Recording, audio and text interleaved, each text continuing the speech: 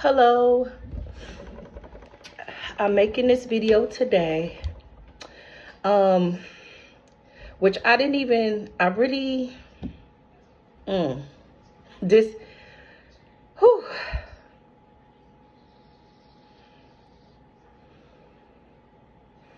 I did not even want to make a video about this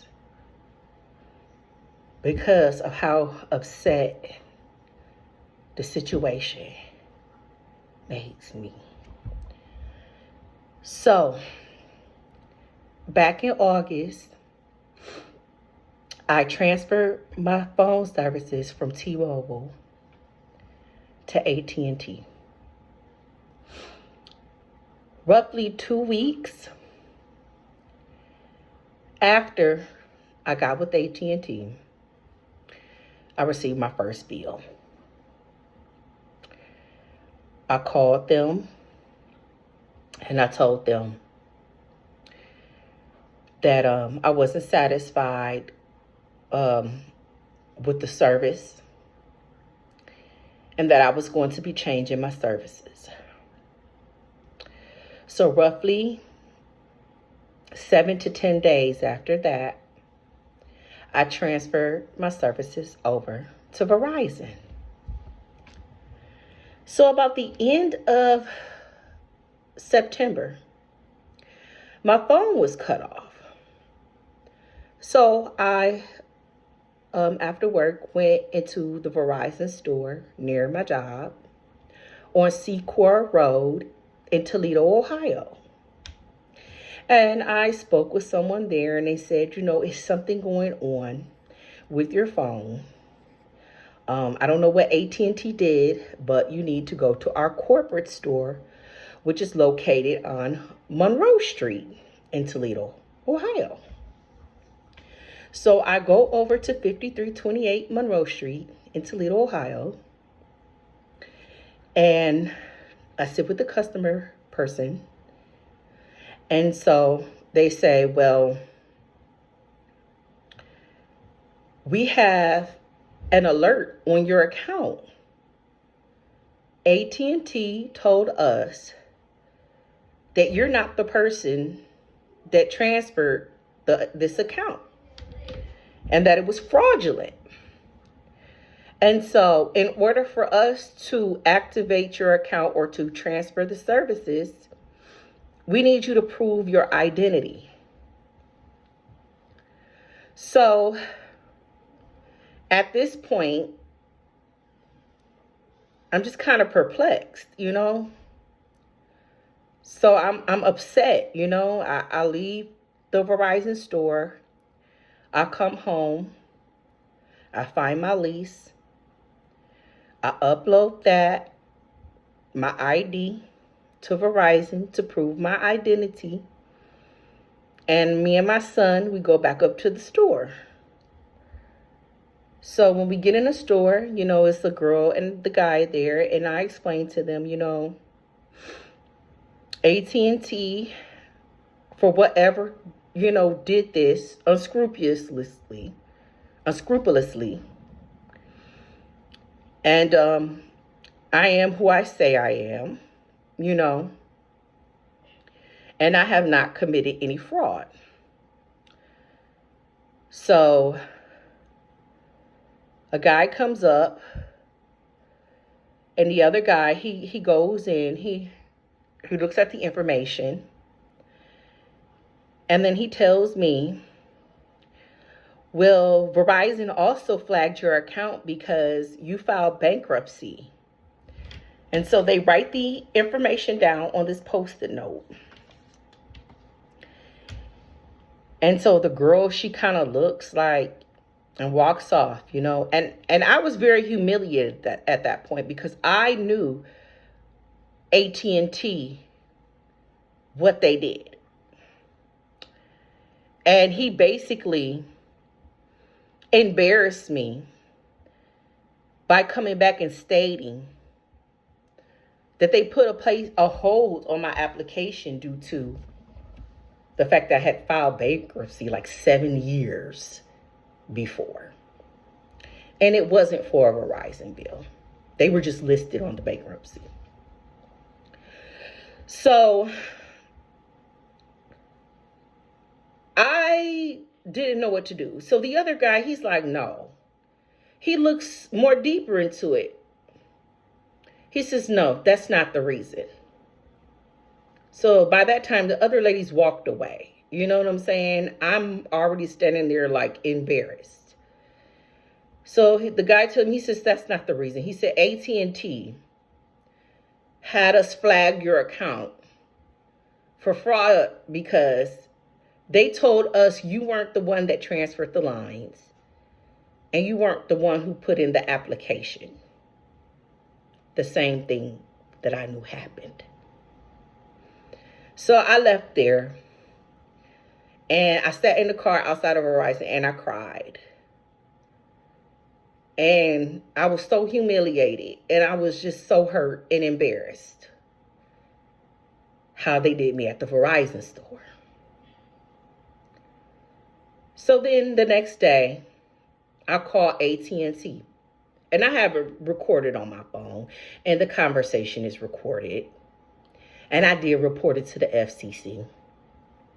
So I called them the next day just to ask, what is this all about?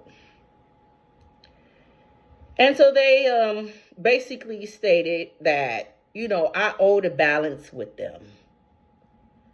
And so, due to that fact, I wasn't able to make any changes to the account. So I said, no. That's not what you told Verizon. You told them that it was fraud. So the agent on the phone agreed to take my bill down from $700 to $420. I said, okay, I'll think about it. I'll be back in touch. So then I get an email from the FCC to contact AT&T. I contact Rebecca from the presidential department of AT&T. And she completely denies that AT&T did anything like that. A slap in the face to me, an insult to my intelligence, a dismissal of my claims.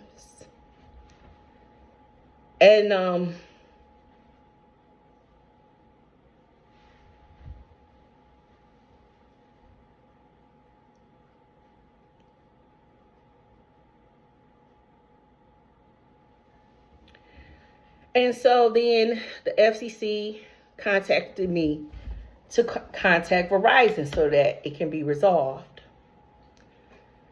And I have yet to contact them, which I have a ticket that's out for 7 days. So I do need to contact them within this next following day. But honestly, with how I've been talked to,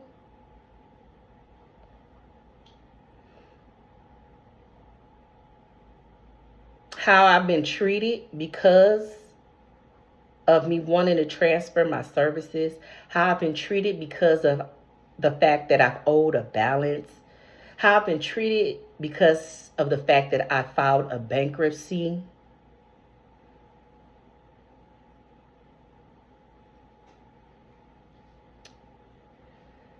Has given me anxiety about even reaching out to want to resolve anything.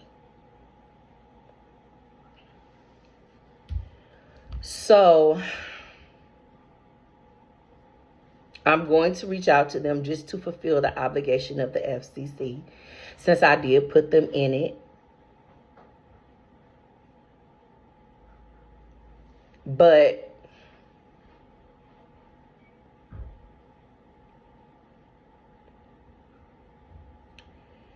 I'm just very hurt, emotionally by it and financially. And I just want people to be aware of what's going on and pay attention to this new sort of social credit score. If you catch my drift.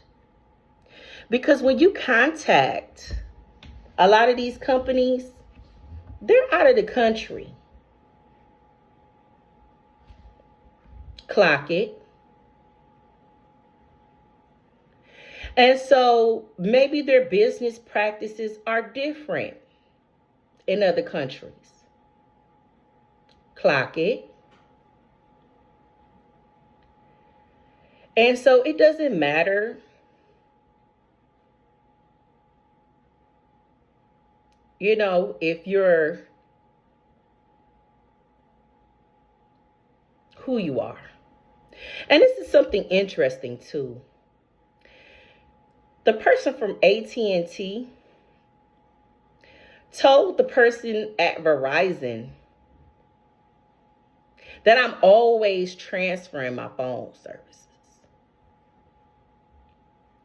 Now, prior to me transferring to AT&T, I had been a customer of T-Mobile for 7 years.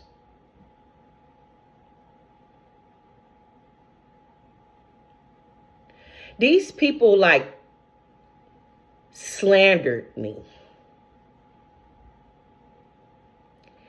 And then tried to extort me. And I'm not going to say allegedly. I literally want them to take me to court. Literally. You could try to sue me for whatever I got, which is nothing. If you can prove what I'm saying is incorrect. And the conversations are recorded that we had, and I do have them recorded on my phone of you trying to extort me, AT&T. So, just be careful. Be very, very careful with these cell phone companies and these agents that are on the phone. I would almost caution you that if you reach an agent on the phone, a sales agent, and they are a foreigner, to regard your business very carefully with them and to record every conversation to protect yourself.